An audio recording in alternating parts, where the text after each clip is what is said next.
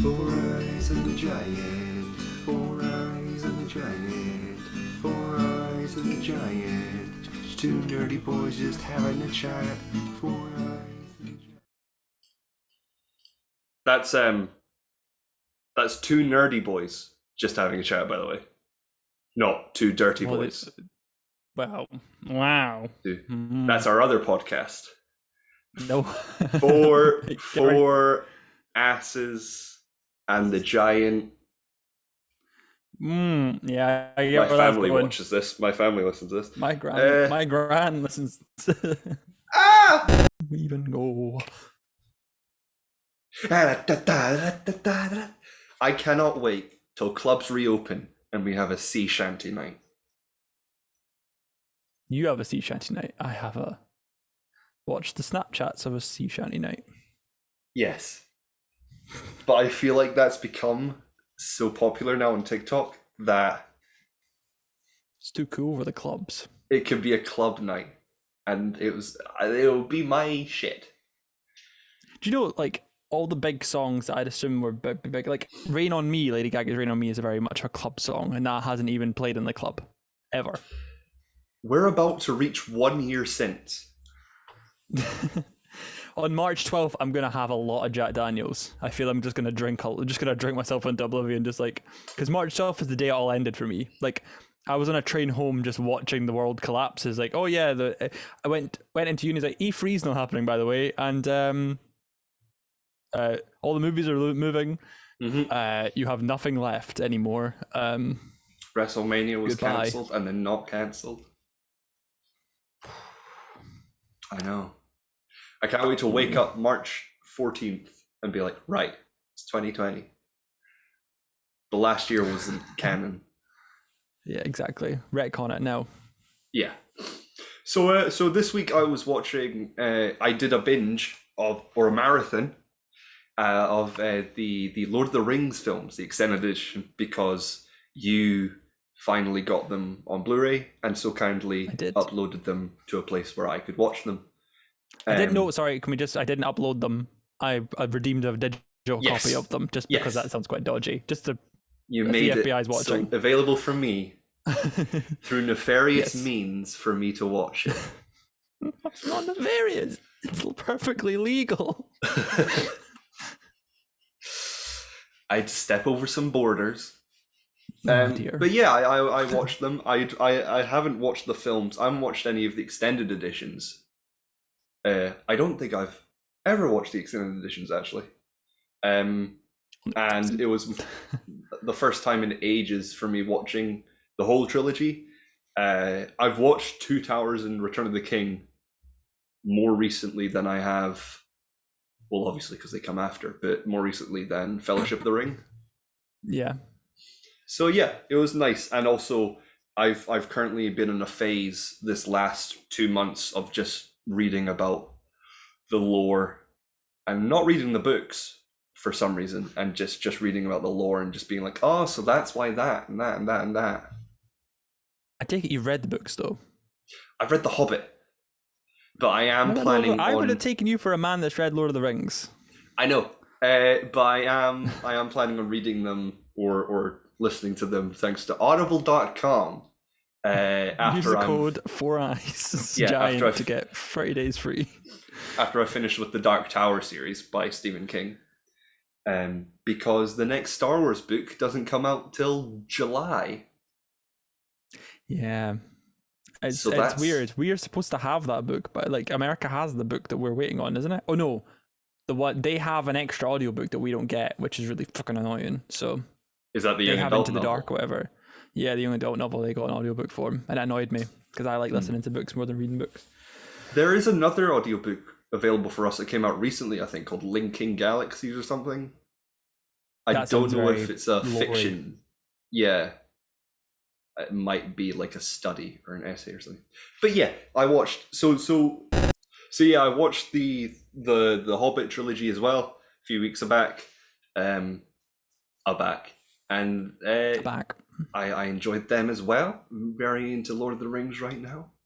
I'm a big fantasy boy. as you can tell, Okay.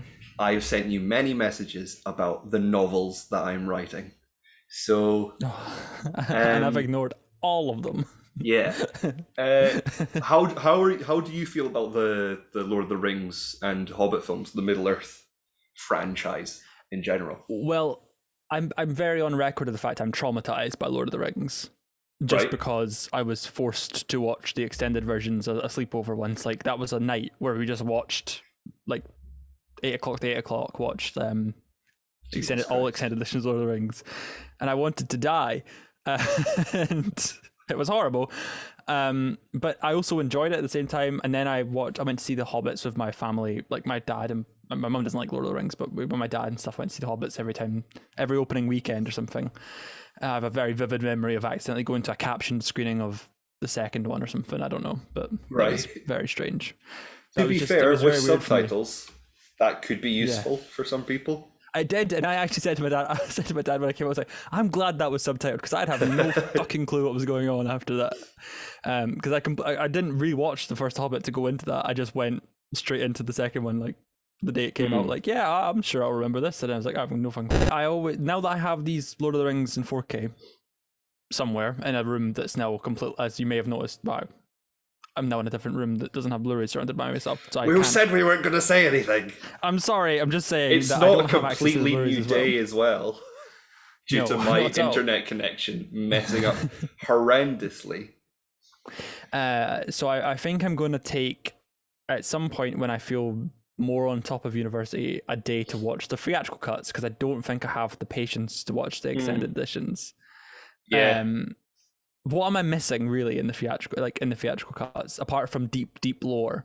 Because I always feel that the extended editions are just I'll just chuck everything in the kitchen sink. Because I always feel like you should edit your movies, to like a concise story for like a. I feel like going longer than 3 hours is something ridiculous, like in my eyes.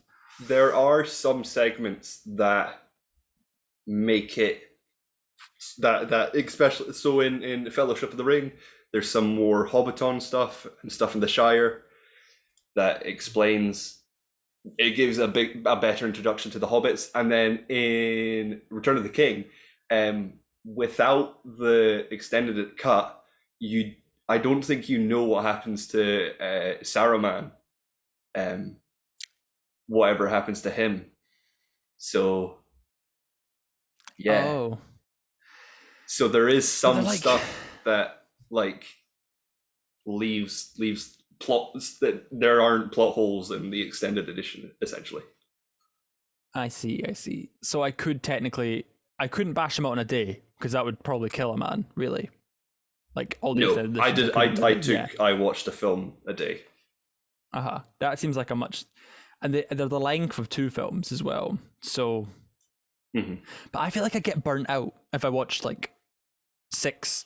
I feel like I'd get burnt out if I watched 6 Marvel movies or 6 Star Wars movies like back to back in the space of like every day. Do you know what I mean? Like, right. I just feel like it's a lot of movie, and I do a lot of movies, but it's just a lot of the same movie, But it's always been something I want to get into because I feel like I would enjoy it. Like I enjoy it a lot more than I do at the moment, if that makes sense. Yes.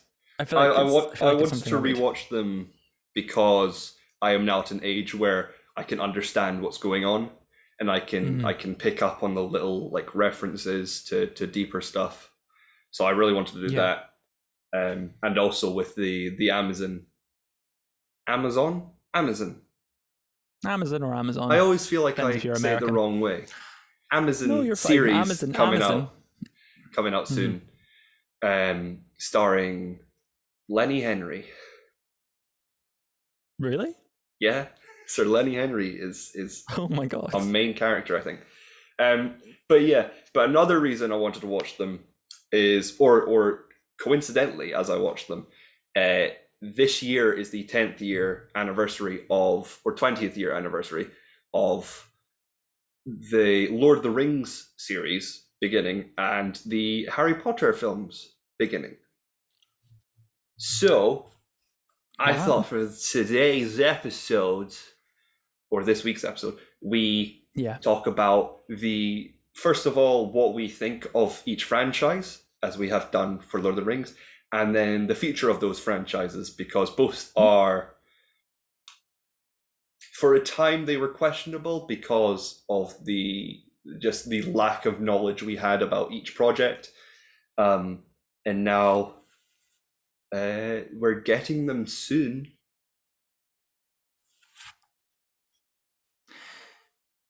So yeah, so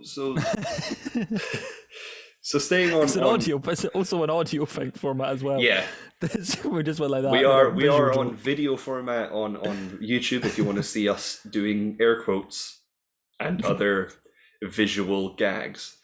But yeah, staying on Lord of the Rings for now. Do you know much about what the Amazon series is about?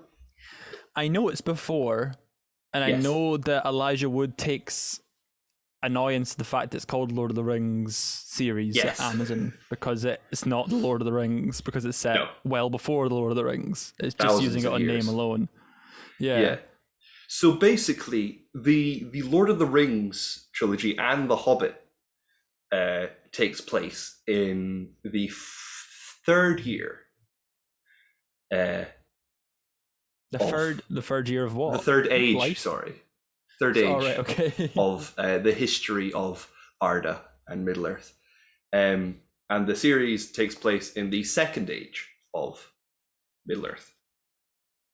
That's a long time ago. That's like... Yeah.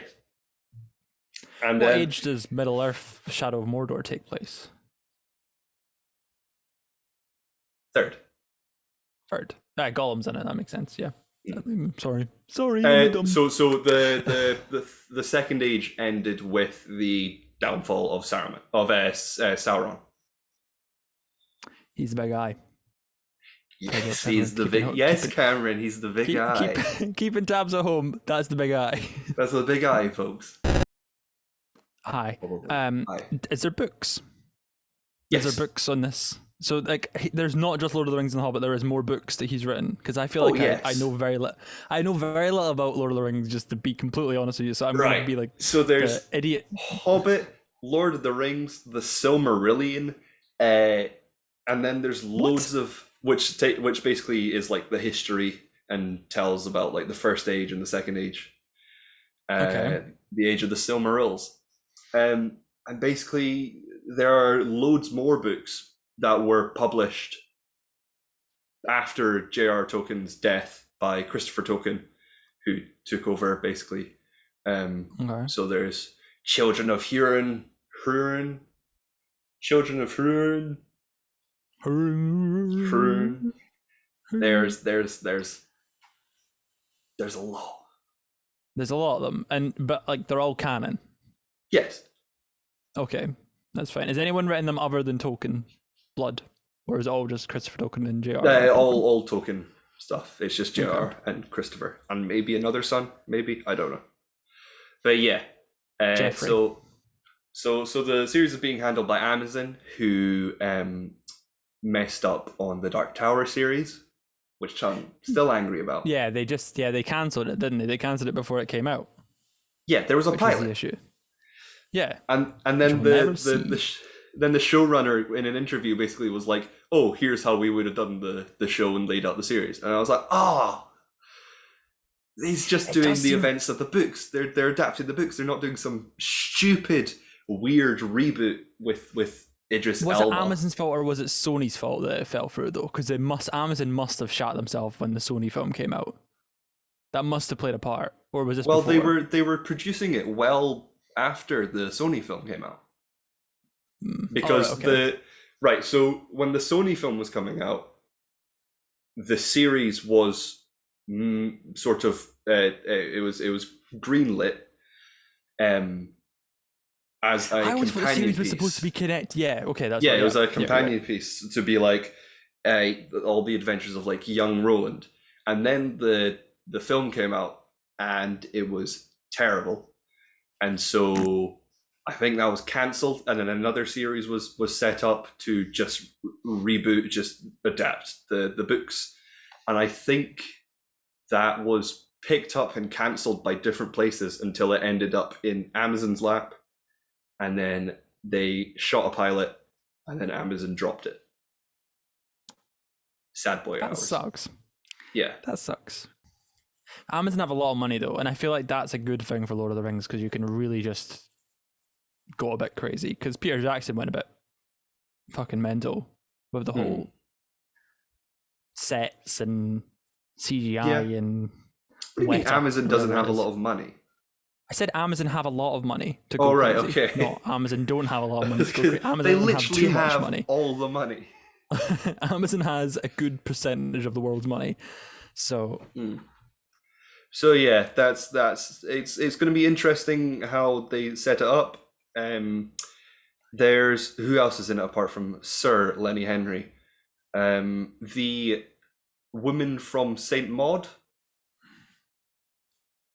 What one? There's many. Not Saint Maud. What was the horror film? Saint Maud. Saint Maud, yeah, the main woman. The main woman. That's cool. She's going to be in it. William Poulter was originally attached, and then he left. Oh, got my hopes up there. Fuck's sake. I know, because he doesn't like staying on to projects for long. He was originally going to be Pennywise for it, and then they made a better choice. Yeah. So yeah, there's not much I can say, which makes me question why we decided to choose this as a topic. But well, we were also talking about Harry Potter, and we also kind of talking about like how little I know about Lord of the Rings, which is one of the things which I know more about Harry Potter, and I love Harry Potter, and I do love fantasy, which is why I feel like I would love Lord of the Rings. Yeah, right. I'll explain. Basically, a long time ago, Harry Potter. How do you feel about Harry Potter? I love that. I'm on. I love Harry Potter. It's my sorry, I'm going to move my mic up a little bit because it's a bit weird. I love Harry Potter. It's my favorite thing. Not my favorite thing, but it's not your favorite. Sort of my favorite thing. Like it's a bit of my favorite thing. Like in your list of franchises, would you say it's your third favorite thing? He has. Yes. Yeah. No, I love Harry Potter. I really wish they'd do more series of Harry Potter. Yeah. Me and Maria always talk about like the Marauders, which seems to be like the big fan. Everyone loves the Marauders as an idea, kind of concept thing, which is the stage before Harry Potter started. It's like James and Lily doing all that. The Marauders are shit. James, Sirius, and Lupin. Yeah, exactly. They do all that cool kind of shit, and then why has no one made it? That's what I want to know. Why has no one fucking made that? It's an open, or that's my thing. Do I need to explain Harry Potter to you? Because I think you know Harry Potter. It's not like I'm explaining Harry Potter. Exactly. I've never read the books. I have, and they're the only books I've ever read. I remember the only stuff I've read from it is one listening to Stephen Fry read it in primary school, because sometimes my teacher would just put that on in the tape player, children. Oh, Jesus Christ, which is like a box with like wire stuff in it, and they put it in and it played music. And also the wee bits at the beginning of the PC game of Philosopher's Stone. Yes, I love those games. Harry lived on Privet Drive. Yes, that's not a lie. But yeah, do you have any memories, like your sleepover memory of Lord of the Rings? One of the first, and it wasn't the first time I went to the cinema, but the first vivid memory of going to the cinema was Goblet of Fire for me. Like that was like the first thing I can remember. Was seeing Goblet of Fire. I remember vividly the King Kong poster on the because King Kong must have been King Kong 2005, wasn't it? So that must have been coming out that year or the year after, and there's wee teaser posters all over the cinema for it. And it had an intermission.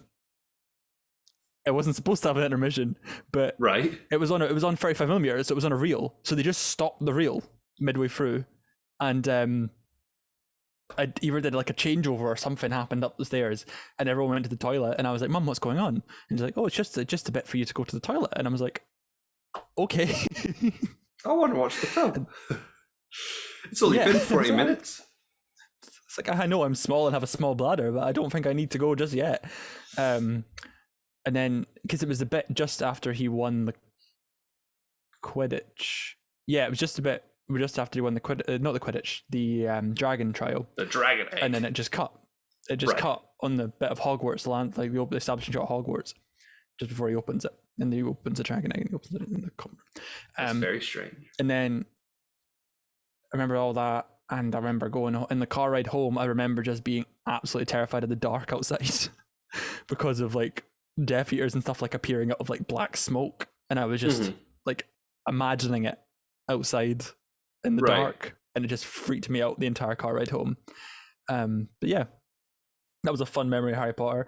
I have loads of just I saw like most of them in the cinemas like from that point onwards because I loved it.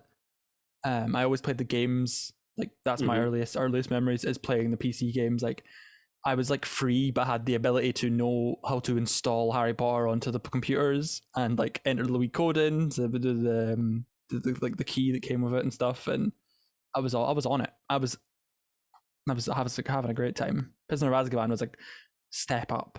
But how good was? Have you played the Order of the Phoenix game on PS2 or Xbox? That's the one that's like open world, isn't it? Open world Hogwarts. It's open world Hogwarts. It was the best thing on the entire planet. I have many a lovely memory of playing that on PlayStation 2 in my bed, but I would just specifically play wizard chess. Just because you could. I just sit and play wizard chess on the PlayStation of a Saturday morning. So it was a great time. Yeah. Any fun memories of Harry Potter for you? Nah. No. Apart from seeing the last film.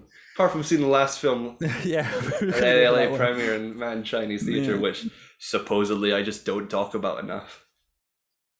Well, that's what, second time in third show in 3 shows, so not too bad. Yeah, I remember I think it was Order of the Phoenix we went to see in America one time, and it was very late at night, and I just remember we were in the front row.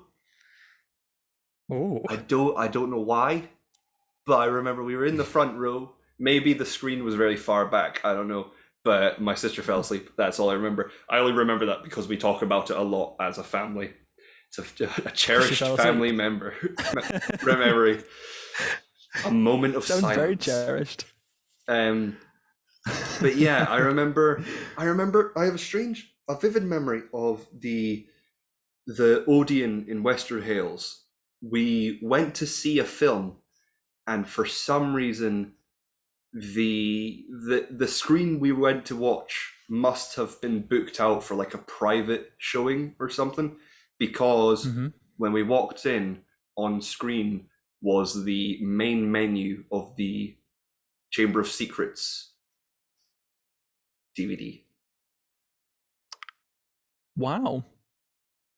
I work a couple months ago. Riveting stuff, but fun fact, my work a couple months ago, they bought like the rights to show Harry Potter and stuff, and they were getting them sent out, but it was for some reason the courier had taken too long and they couldn't show Philosopher's Stone, so they had to run to get, and they didn't have a Blu-ray. No one had a Blu-ray copy for start, which would really fucking annoy me. They showed a DVD on a massive screen in 2020 to an audience that jumped as well. They had to cancel the screening in the end because the DVD was so scratched. Jesus, that was horrible stuff. And I brought my Blu-ray. I bought the Blu-ray of Harry Potter and the next day just in case they had to, but they didn't. Thankfully, it came. So, but Jesus Christ, that was a horrible. Yeah, I work for I do the social media for that cinema. You know. So you're saying it's a terrible cinema, and don't go to the. Don't go to the unless you want a good time.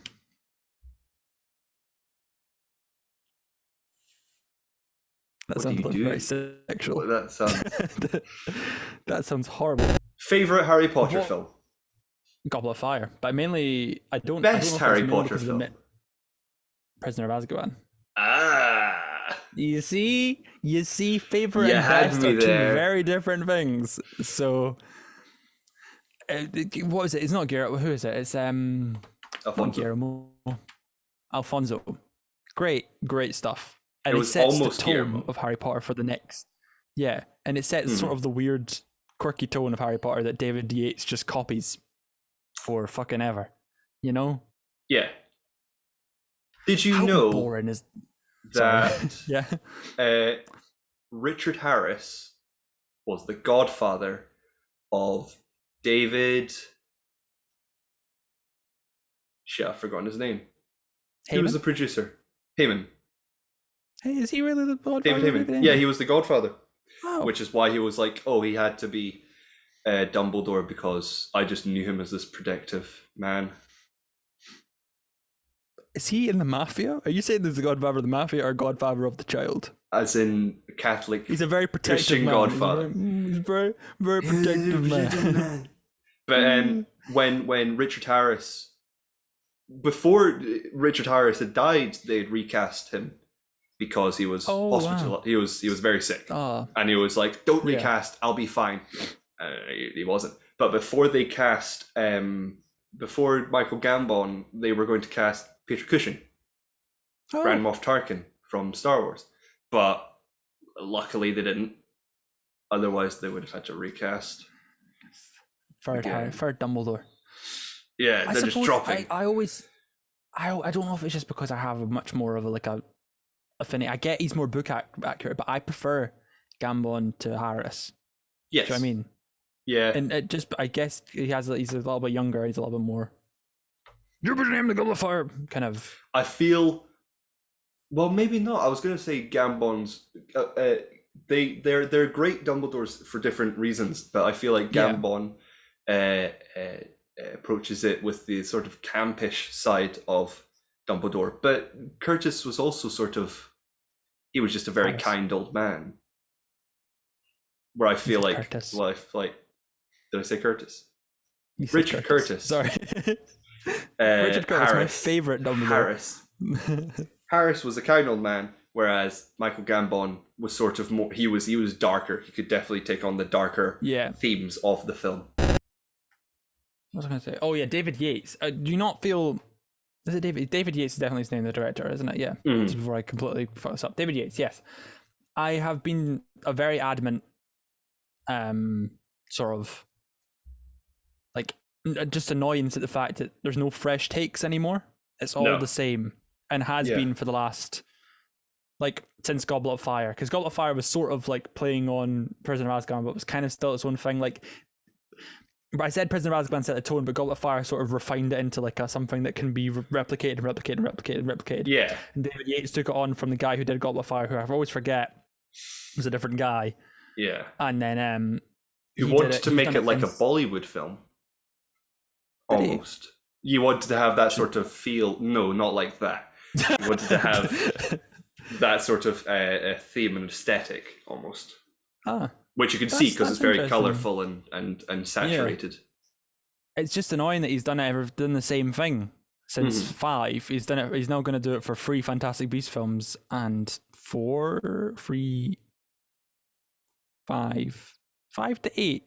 Doesn't make sense. No, 5, 6, 7, 8.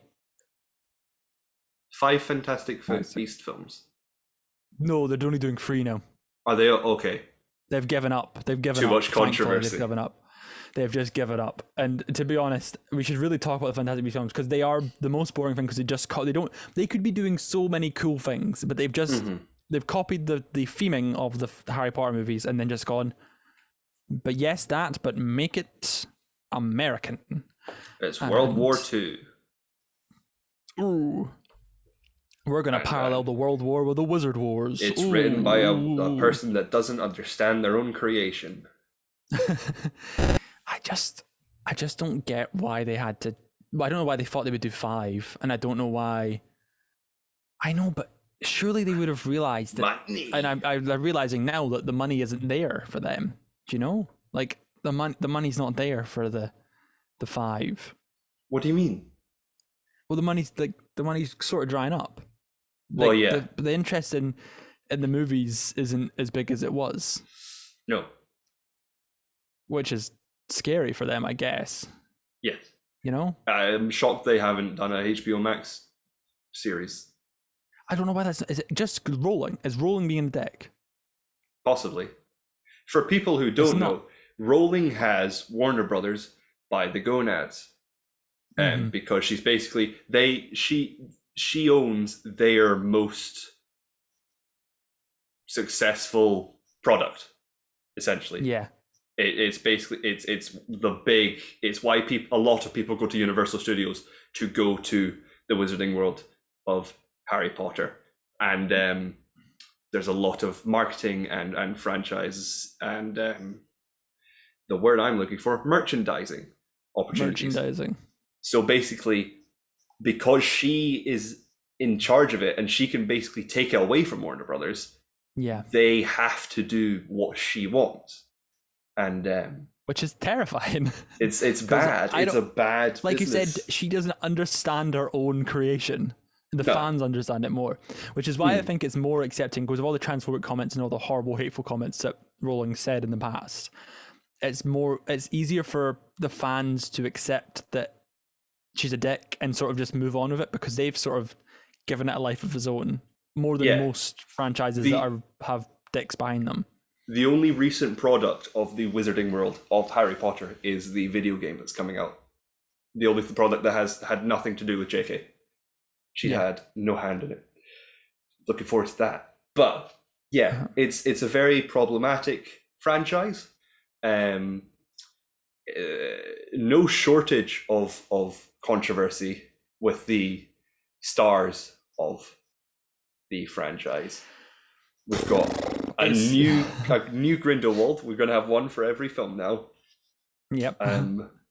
Mads Mikkelsen, which is a actor who should have been cast in the role first. I like Depp as Grindelwald. I don't mind him. I don't mind him. I know, I understand why. They could have sidestepped this whole mess.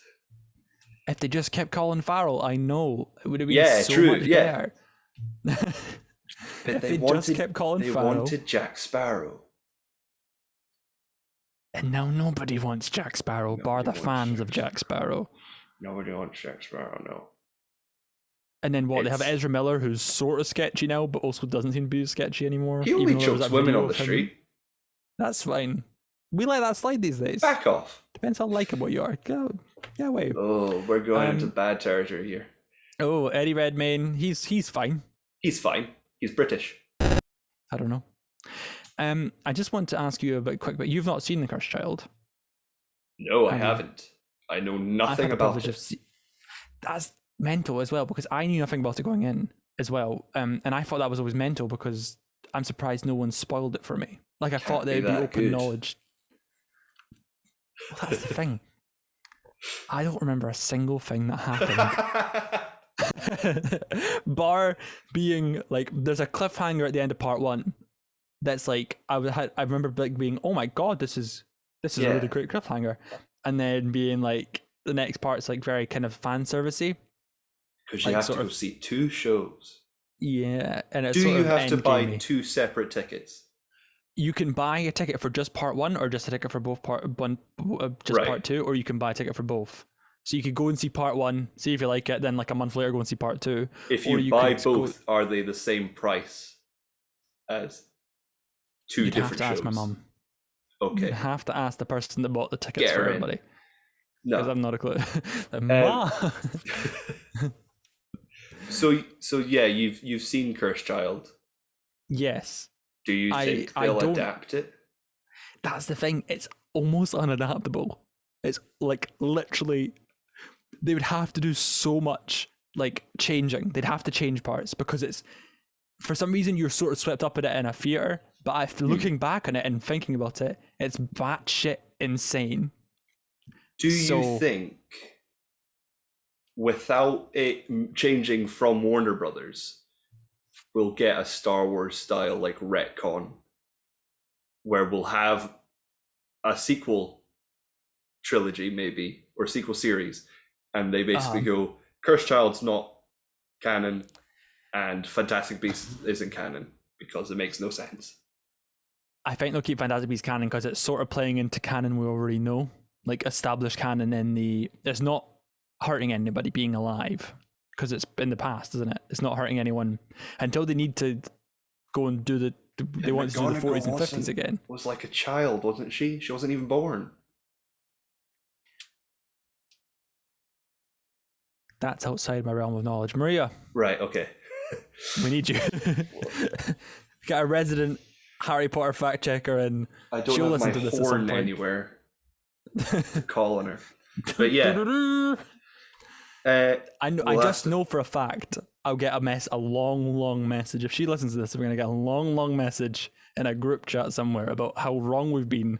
I know. Or how right we've been, or I just messaged her thoughts. the other day, just out of the blue, like, who gave Hagrid Aragog? Because I had just been Googling about Aragog, and yeah, she's our insider person. Who did give Hagrid Aragog? A stranger. Farewell, Aragog, king of the arachnid. No, your body will decay. That is the funniest Your sequence spirit lives of the on. Harry Potter franchise. It's so good. I love Jim Broadbent so much as bloody, what's his name, Slughorn. Oh god, that's amazing. Yeah, but back to Cursed Child. Stupid, unadaptable. They will have to retcon it, but I also think they're going to try and use the name. Right. They'll change it. And plot. I think they're going to... Is the plot unadaptable? The plot's not completely unadaptable. How it's they really do stupid. The play? Do you want like a small smidgen? No, okay. Because I don't want anything. It involves a lot of pre-established stuff that does exist, but not to the extent they use it. Okay, that's all I'm gonna say. It's like we know about it. It's very strange. I know there's time travel involved. Yes, the time travel it uses time travel, and it's stupid. Not stupid. Okay. It's not too stupid, but it's just very far back. It goes how far back it goes. It's very like, what are you doing? But the cliffhanger is very good, and the effect, the butterfly effects are very good, and I think that would be quite cool, almost as like some like what if moments and stuff. Maybe like it's quite cool. I'll try. But not yeah, to spoil the it. future of this franchise is one more film, and then there's no plans. They don't have any plans for. I know, afterwards. And it's so stupid to me because they have a new head of Harry Potter, don't they? Or a new head of HBO Max and a new head of Harry Potter at Warner Brothers. So they could be doing something, and I've got a feeling they might, but we're just a little bit far off the now. Hogwarts Legacy is the only good thing coming, and that's. I'll never be able to play young Hagrid. Do you want more? Like, do you feel there's enough fantasy? I know we're getting Dungeons and Dragons soon. Do you feel fantasy's not as represented? Dungeons and Dragons starts filming in Belfast next month. With Game of Thrones being fantasy? a big pop culture thing, I don't feel like it has left the zeitgeist, as it were. There's also all the failed spin-offs of Game of Thrones that haven't even made it past like pilots. One has. One's coming. Apart from the House of Dragons, or the House of the Dragon, which is about the Targaryen conquest. No, it's about her ancestors, great grandfather, or something.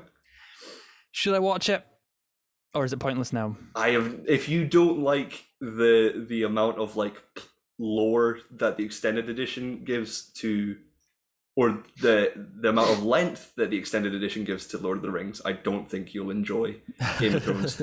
But I have no idea. You might like the first. I don't know. I've seen the first season very long time ago, like 5 years ago now, like a very long time ago. It does I don't progressively become more fantasy-ish. Okay. But it also, you might have heard, becomes crap. I thought you were a defender of the last season of Game of Thrones. Well, that's because everything I predicted came true. But I not the first time that's happened.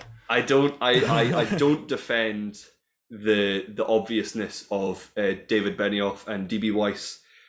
It was very obvious that they were trying to rush things and get it done so they could go on to do their Star Wars thing, which they then dropped to sign a deal with Netflix. What a bunch of dicks. They should have just given it to someone else to do at the end. It was no one's getting to play with my ball. Thank you very much. Even George R. R. Martin, who's still writing the next book. It's been 10 years. That book. It's been He's 10 not years. Writing it, Jordi. It doesn't exist. He even said, they could have just continued. even though they got to where the books will finish, maybe not in the same way, but that was the planned ending. Even George was like, "Oh, they could have continued." Why did they do that? The writer of X-Men Origins Wolverine, everyone. Are we surprised now? No, no one's surprised anymore. But yeah, so we got new Game of Thrones stuff coming. We got Dungeons and Dragons film coming, which is getting a big cast. Chris Pine. Oh my god, he feels very fantasy. It's just because I remember him in that's Robert the Bruce film. That's the only reason he feels very nighty to me. You know, he feels very like, Outlaw King. Yes, that's it. Feels very chainmail-y. Mm-hmm. Looks good in some chainmail. Not Robert the Bruce film that came out at the same time. No, a couple years later. And it was very Scottish independency. It wasn't even Scottish independency. It was just shit. And it riled up all the independence supporters, and it was very amusing to watch them. They're like, "How come Cinema was not showing this?" It's like, because we don't show signature entertainment films. That's why no one's fucking showing it. Yeah. I'm worried that the Dungeons and Dragons film will be about children playing Dungeons and Dragons and then they get sucked into Jumanji style. It terrifies me. Have you accepted the fact it is?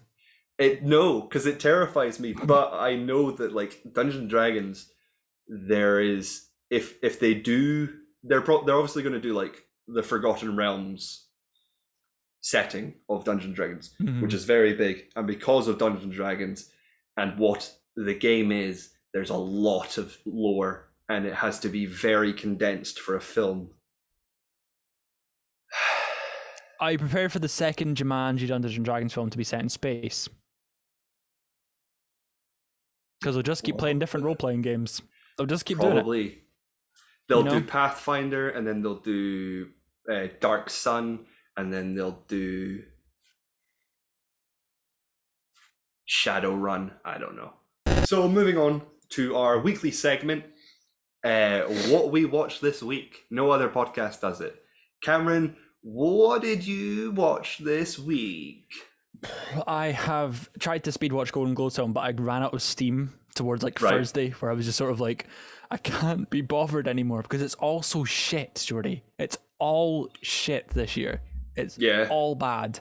There's nothing stand out other than Sound of Metal and Nomadland so far. So I watched Pieces of a Woman. A woman has a baby that dies 5 minutes after childbirth. It's that's not. It's like the basis of the film, and then like it's and then she sort of deals with that and grieving and stuff, and it's good. Vanessa Kirby, very good in it. Kirby, not as good as Frances. First, Vanessa Kirby, very good in it. Not as good as Frances. There you go. On the Rocks, I like Bill Murray in anything. I liked him in this. Sofia Coppola. He just played Bill Murray though. Exactly, though. He didn't have enough to do. He did. He was the entire basis of the plot. It felt like a film where Bill Murray happened to be on set and he just wouldn't leave, so they just started filming. That's fine with me. Especially the bit where she's gone to Mexico and he's just in the bushes. It's such a weird film. It's great, but I also want to give it 3 stars because like you said, it is a bit shit. But Bill Murray's like saving grace for me.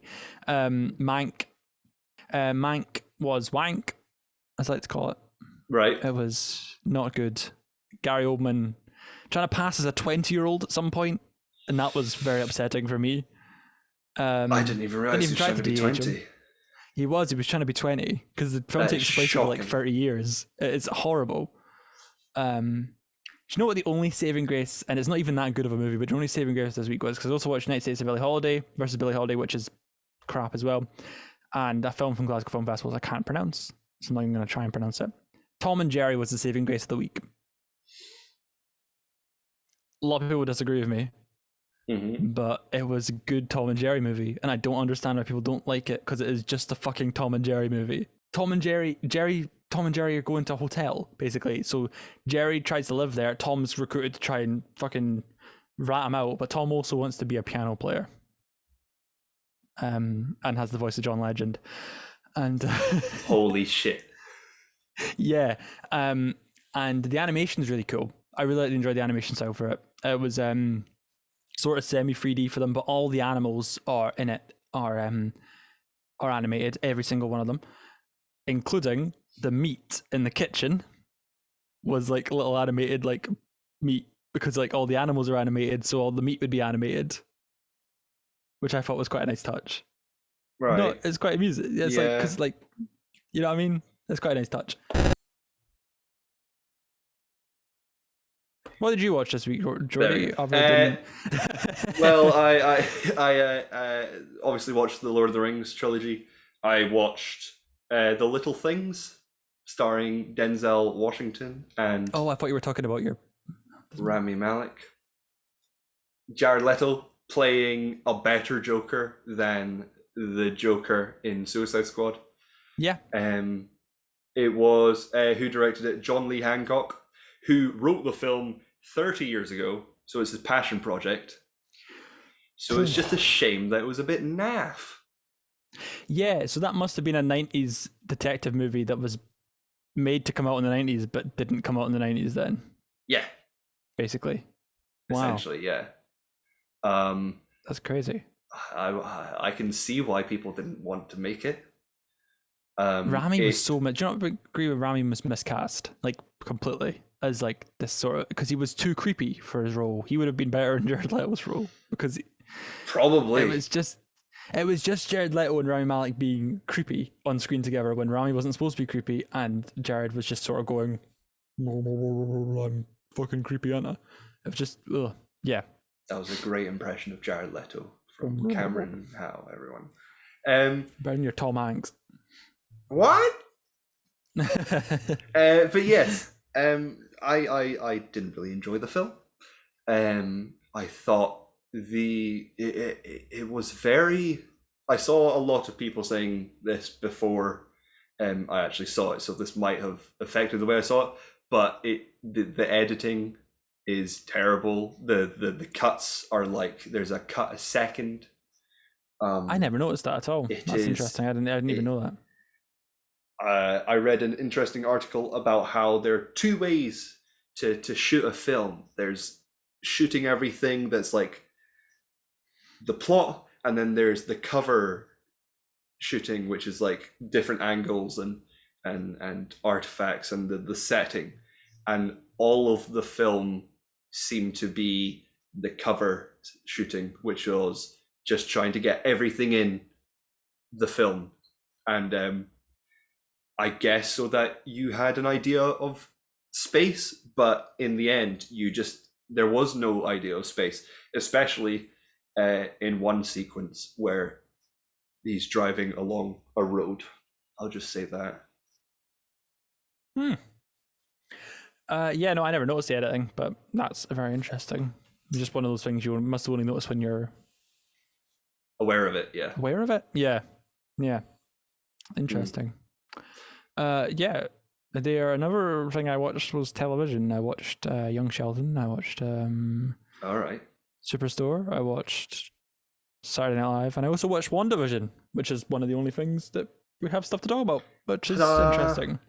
A lot. How long this episode going to be? We have to cut a lot of this episode. I'm going to edit so much of this out. So so this week on WandaVision, we got a lot of backstory finally for Wanda's character. We got a lot of explanation for what happened. Spoilers, by the way. So if you're going to be listening to this is spoiler territory. So if you don't want spoilers, don't watch the end. Fuck off. Yeah. Or stop, watch it, come back. I don't understand why you've not watched it yet. It's the beauty of podcasts. You don't have to miss the ending. But yeah, just watch it. It's a good show. We got finally the confirmation that of my prediction, which was that Scarlet Witch. We find she has been named Scarlet Witch finally, or she is the Scarlet Witch because she is part of a long line of Scarlet Witches, which are witches who use chaos magic, which Because she is uses chaos magic, which is magic that is capable of basically restructuring reality. Wink, wink. because that's how the Scarlet Witch's powers grew in the comics. I read this all from thingy because she started off with like probability or something. She could do like, you're not gonna do that, and then like she'd make it happen. Like, and then that's also why the bomb didn't go off, was because that she did a probability hex on it and didn't make it go off, basically. So a lot of people thought that they were going to be mutants, which is weird because nothing that's happened in the MCU has ever suggested that Wanda and Pietro were going to be mutants. I'm out of focus, but yeah, this finally shows that not only were Wanda and Pietro, I guess, mutates, which is different from mutants, but Wanda was always magic, and was part of a long line, and is now very super magic. And Agatha Harkness was a witch that was part of. Everyone thought she was going to be part of the Salem witch trials, but she wasn't. She was just around then, and she was a witch that became evil and sucked everyone's life force. I mean, it was an obvious connect jump to do the Salem witch trials because she was on a stake, and that's where all the things, all the photos were on a stake. So we're like, oh well, must just be the Salem witch trials. Yeah, but yeah, I get that. Do you want me to? Can I jump in with a question about this, or are you going to talk more about the Hydra stuff? Or are you going to talk more about the Hydra stuff now? Because I have a question about. You can come. Well, we learned that she got her powers like that unlocked from the Mind Stone, which is why she has a connection to Vision, sort of, because of her connection to the Mind Stone, which is all kind of obvious. So 2 parts. So her powers unlocked by the Mind Stone. Did she give Pietro his powers then? No, maybe. We didn't see that. How did that happen? Exactly. That's like very confusing to me, is how the Pietro got her. But she must have went first and then given Pietro the powers. They must be the last 2 left. Who knows? So since we also learned that she forged this Vision in Westview from just pure magic. Yes. So it turns out that nobody was helping her. She did this out of grief. They had bought a plot in Westview to build a home and grow old in, as the letter said. But Wanda had found that Sword were dismantling Vision, and she couldn't feel him anymore. And we found out that basically she hadn't stolen Vision, which is what we had thought before. She had created a whole new Vision. And Tyler Hayward, sorry, just crossing my legs, had Vision all along, which we found out at the end. So they wanted that other Vision because they wanted to unlock the Vision that they had, sort of. That's why they. And I've got a feeling that. Well, yeah, because they still went, oh hey, we want this Vision that's in the Westview. I feel like I think it's because Hayward basically. He kept talking about how valuable Vision was as a vibranium synthezoid, and now there's 2 of them. So I think he was just trying to. He was like, "Oh, there's another one. I want that, please." Yeah. And now there's White Vision. So I think as White Vision, I don't think both of them are going to die. I think they're going to become one. They must be becoming one. Like the mind of like Scarlet Witch is like mind Vision, or like some like because he can't exist without the outside of Westview, the Vision that's in Westview. Yeah. Yeah. And then I guess that her magic sort of mind stony connection-y thing will go into White Vision at the end of the fight, and they'll become Vision again, so no one's killed off. Because I don't think they're gonna. Do you think they're gonna kill off Vision? Yes. Completely. You're not coming back at all. I think this is Paul Bettany's last one. I think this is this universe's Vision's last ride, and I think that's going to cause Wanda to go into meltdown and cause the multiverse catastrophe. So there's no way they could become one Vision. You don't I think we're going to get White Vision versus Hex Vision. I think that's going to be an interesting fight. Also, that is the actor that Paul Bettany was looking forward to working with. That makes sense. I have the quote here. There is one character that has not been revealed, and it is very exciting. It is an actor I have longed to work with all my life. We have some amazing scenes together, and I think the chemistry between us is extraordinary, and fireworks on set. And he giggles all the way for it. He has made fools of us all. He laughs for the entire video. I can't believe no one caught on, because he just laughs all the way through it, which is very annoying. But yeah, no, I really don't want Vision to die. I like that character a lot now, and I don't want him to go. Like I don't want Paul Bettany to give up. Like I'd rather keep seeing that. But I get they have to. But yeah, it also makes sense why that Vision has the Mind Stone in his head, because he's just like a creation. He's not a real. Because I was always going, wait, how the fuck did he get the Mind Stone if he's like, because he has the Mind Stone in his head. Yes. And I was always going, why the fuck did he have the Mind Stone for like the last 8 episodes? Best episode yet, though. Yeah, great performances from Elizabeth Olsen and Catherine Hahn. She won herself the Emmy. 100% in my opinion. Has she been nominated? Well, she'll win the Emmy whenever it comes. Oh, Emmy, sorry. Thinking about Golden Globes.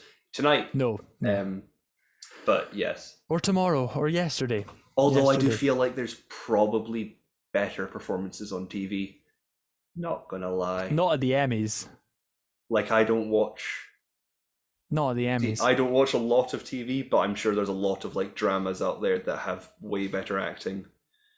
Netflix will come up with something, but I feel like she has a shot at an Emmy. I feel like at least nomination for like best drama or best action or something. I don't even know. They've got like a category that Mandalorian won in or something. I don't know how it works anymore. I don't like watching telly. I just think she'd win I think she was a good performance. I don't know anymore, Jordi. What do you think is going to happen next week? I think there's going to be a big old battle. This is the old Marvel punch-up episode now. And it's just going to be Agatha versus Wanda and Vision versus Vision, and the kids make it somehow. I don't understand how the kids are going to come. Ending. I think the kids are going to be real, because they have to be for the Young Avengers, don't they? Yes. So why would you introduce Wiccan and what's his face? I feel like you're forgetting that there's about to be a film which will deal with several multiverses. Yeah, but we're going to pull Wiccan out of a different multiverse then? Is that what we're going to do? We're going to just keep pulling all characters out of random multiverses? Yes. I feel like this is the best way to establish a connection to the character, is to have the character we know from the TV series we all loved. It would be not unbelievable. Like it would be cool. That's what I would want. One of the kids dies. The speedy one dies. As a parallel to his uncle. Yeah. But who's Pietro? Who's fake Pietro? What's Photon going to do? Yeah. Don't know. What's fucking Monica? But I think we're going to get a fight between Photon and Pietro. Quicksilver, and we're going to get a Quicksilver moment finally in the MCU. But Two Sweet Dreams, or to what's the other one they do it to? Time in a Bottle. Yes, but I need another one. No. Yeah, they need like another hit song. All Star by Smash Mouth. Exactly, do it. But yeah, I think we're going to get a lot of fights, like 3 layers of fights, and it would be interesting to see the twins survive. But I just feel like there's got to be a reason why Wanda is in Multiverse of Madness and why Agatha does something. I think it's going to be the post-credit scene that sets up Multiverse of Madness. I don't think it's going to be rolling in. I think there's going to be a satisfying conclusion to this. There has to be a satisfying conclusion to this series. That doesn't leave into a cliffhanger that we have to wait a year for, you know? Right. I think there's going to have to be something that satisfies us, and I think keeping the twins alive and at the possibility of setting up a sequel, but not in the way that like Wanda's still dead inside. We need thingy to sort out. I feel like there's going to be a consequence of this, but there's going to be like wasn't that such a weird fight episode? Yeah, we won though. Vision's dead though, and the twins are survived though. So, oh hey Doctor Strange, how are you? Then we start Doctor Strange, like in the post. Why would Doctor Strange be there? Because she's in the multiverse of madness.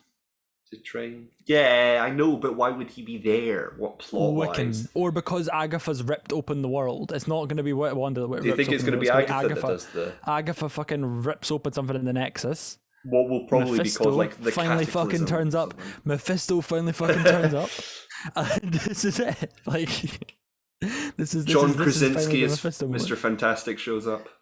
It's like, hey, you were talking about us. We're here now. Hi, how's it going? And then that's it. Then the episode ends. Yeah. Tobey Maguire shows up. There you go. They explain how there's been 6 more or 8 months, and then Spider-Man: Far From Home. Oh, well, then I don't know. No Way Home takes place even further. So then that means that WandaVision, there must be a period of peace. Some people think that Far From Home takes place in a different universe, and the characters don't know. It's a terrible theory, but yeah, it's going to be strange how they figure out if anything happens at the end of the series. I guess that has a major ramifications on the entire universe. Something grows, and I think we're going to get a post-credit scene that says like 8 months later or something, like 1 year later or something. Like a stupid 1 year later or something like that. At the post-credit scene where it's like the ground starts to rumble, Mephisto's hand appears from the fucking ground. I can see the show just ending with Westview disappearing, and all the sword people are like, what the fuck? And then it's like, 8 months later, and then Doctor Strange is roaming about, and then a character appears and he's like, we gotta go, Wanda's fucking around, and then Wanda will return in Doctor Strange: Multiverse of Madness. We call it. We're at play some zombies. An hour and a half. No fucking way are we at an hour and a half. Ladies and gentlemen, Jesus Christ. Thank you very much for watching. This has been Four Eyes and the Giant. I've been Jordi Steele. You can find me on Twitter at Real Jordi Steele. You can find me on Instagram at Jordi Steele. You can find me at TikTok at Jordi Steele. Cameron, where can I find you? I'm at CamsOG on Twitter. I don't use anything else really. ohighfilms.com sometimes. And 35-minute movies. If you want to go and search that up, there's going to be a new episode on Friday that we're filming. You can also follow the show in general on Twitter at Four Eyes Giant. Lovely. We'll see you next Monday, next week. I believe. Hope you have a lovely day. Bye. Bye.